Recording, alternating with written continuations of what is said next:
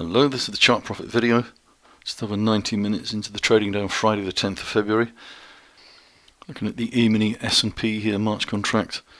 The minor point of control support was at 2360, this line here. This was built during this period. Any selling that takes place above this point of control in the longer time frame can be considered reactive. What we don't want to see is a value area printed below this level. We haven't actually seen that yet. What did happen yesterday is this minor point of control actually migrated higher to 2365, which is this level here. That is now first level support. First level resistance is a little higher, up around 2375, and that's just the best level I have. It's a really minor controlling price. If we look at those two prices here on the hourly chart for the E-mini, we can see we opened today after the jobs numbers above that level, and we've quickly come back beneath it. This is the level to watch for the first sign of weakness, 2365, which is the minor point of control. Significant buying marked above 2375, above this line here, would be bullish. Let's just have a quick recap on the day-to-day numbers. The bottom numbers here are the numbers based on the tick. You can see that every day for the last 6 days those numbers have been negative, indicating selling pressure, but not enough selling pressure to actually print a value area below this level, which was the point of control that we're monitoring. There are some negatives even in the short term. If we look here, we can see that momentum indicator, the price oscillator for all 4 major ETFs, although still positive, except IWM, is actually now down. You can see that clearly on the pulse chart. We can see the spider at the top there, price oscillator based on the S&P, and the momentum is declining here, although still positive, trend up. The momentum has definitely been declining. In technical terms, the price trend is slowing. Once it's turned down, this indicator, as we know, looking back historically, has strong tendency to get back to the zero level, and this can be price moving higher with the momentum indicator heading lower, setting up a negative divergence, or we can go into a trading range and then we see momentum back down to zero and then picking up like we did here. Usually get a better entry on the long side if you wait for this indicator to get back to zero. This was unusual. We turned down over here with price and didn't turn back up until this point here. Can play out in different ways. It's not usually a bullish sign though to see the momentum heading lower. Another minor negative is on the daily breadth chart. We're looking here at the breadth indicators for New York. The bottom 2 indicators are below the levels that we monitor. Net new highs 25, 5-day moving average in black here is below the zero line, and in my New York list, the bullish percent, which is the percentage of stocks in that list greater than their 50-day moving average, is below 50. That gives us this red area here on the breadth indicator in the middle. In terms of price, as far as the S&P, the E-mini is concerned, as long as price holds above that level, as we've discussed at 365, the price location is still strong. I said here, effective selling marked below 2365 would likely indicate something more serious in the longer time frame, and I said this is a possibility considering the recent sentiment excesses, one of which was my version of the Ridex assets ratio, which was higher actually yesterday but still below 14.02, which was recorded last week, and that is the second highest ratio that I have in my database. The highest back over here in 2015, early 2015, and then here we are just a few days ago. Currently the ratio heading back in that direction. Bear fund assets in isolation, you can see, are extremely low. Hardly any bears at all in the Ridex data. Bull fund assets creeping higher again, as we've discussed, not as high as we've seen over the last couple of years. So hardly any bears, but not a peak extreme in the bullish component. So the total assets, bulls plus bears, or assets, down here where we have seen them up here. So participation not as high as it has been here. So we talked about sentiment extremes in the pre-open. Here's an extreme number. Last week, or the previous week in the Investors Intelligence poll, the bulls percentage this week was actually lower at 57.7, but the previous week's 63.1 percentage of bulls in this poll, that was the highest bulls percentage since 1987.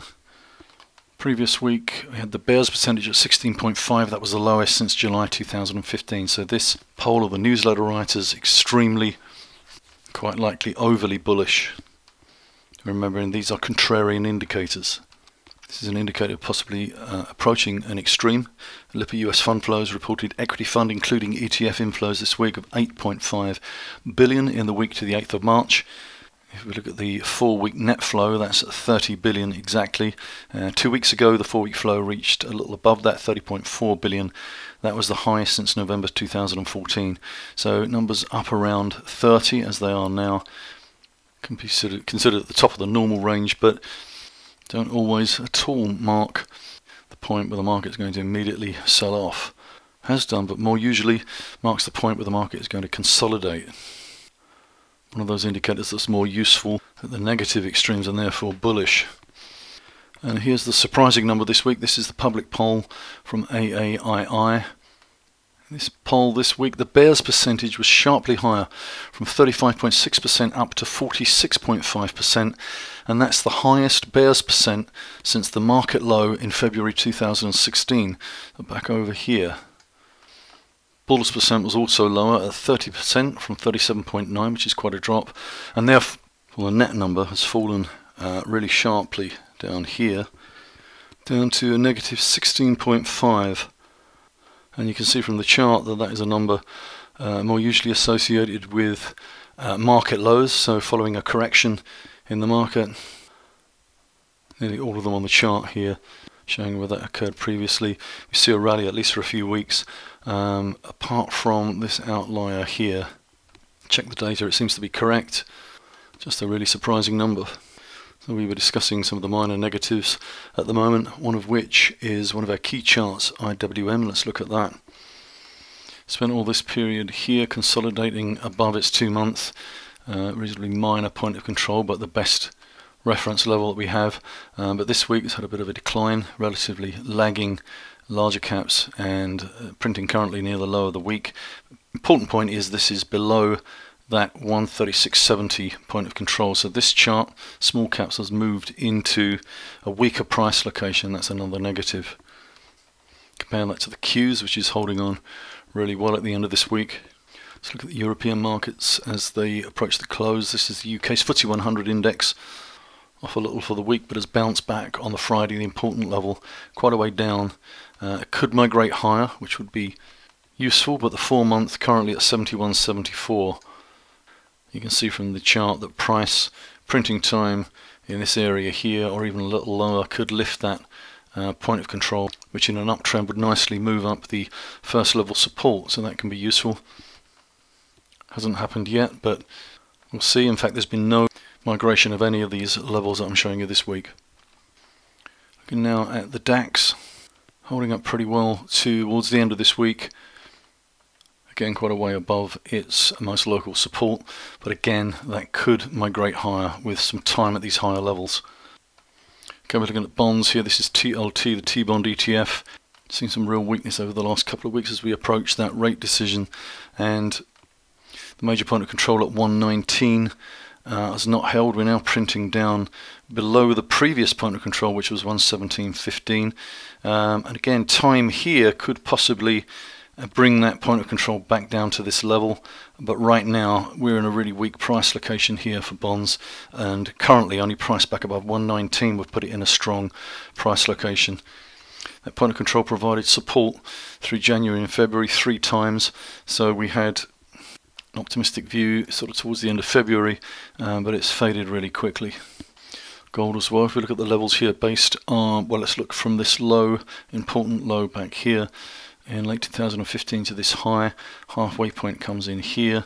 We had a rally back, strong rally back to the point of control, the major at 119.84, and that was rejected. We did see something similar to this a few months ago in the TLT chart, a quick rejection and then a quick sharp decline. We're now printing back below the halfway point that I just talked about, so this is a weak position for GLD. You see price recover back above that halfway point at a minimum, and as I've said previously, price back above that major point of control would put it in a strong location, and we're in exactly the opposite position right now. So last week in the video, USO was consolidating around the point of control at 1144, and earlier this week, late last week, we were printing below that level, which put it in a weak price location. We've been talking about this for days now. Said that only price giving us a higher low above that level would be bullish, and we're back below it for a number of days, and then we've had this sharp decline this week. There's a possibility here of a new distribution beginning, and that would obviously be a negative development. Not interested in the long side below 1144. I'm just wondering how significant this chart and the oil chart generally could become in the month ahead again. Really don't like that price action. If we see a rally back, we're still in a weak price location, so if equities in tandem should move higher. There's always a possibility that could happen. We see a new high, a new leg up, and oil remains below this level. Could still be a problem. Good part of the problem for oil has been the rally from this point in the dollar index. It's above 101, it's 6 months, which puts it in a strong position here, and above the halfway point of this high to this low, currently printing right on that level. Big component of the index is the Euro FX chart, which at the end of this week is back in strong price location, back above its 7 month, and the halfway point from this low to this subsequent high. So we are here at the end of this week in a stronger position. Not so the Aussie dollar, back below this important band of time support resistance that we've talked about many times. We're looking for the possibility of a higher low, a clear higher low above that level, which would be bullish. Just can't manage it, and we're printing weak at the moment. As is the British pound. We've been saying since this point here, when it was printing below the 15 month at 124.78, and then below the halfway point here, which had been supporting for a few weeks. That's the half range from this high to this low, and then into a really weak price location that we discussed last week, and we've got weaker this week. There is support just above 121, which is the halfway from this low to this high. Price below that point, so price below 121 would put the pound dollar in a really weak price location. See going into next week how this support fares. One last look at the spider here. Currently at the end of the week here, right now at least, printing close to where it opened on Monday.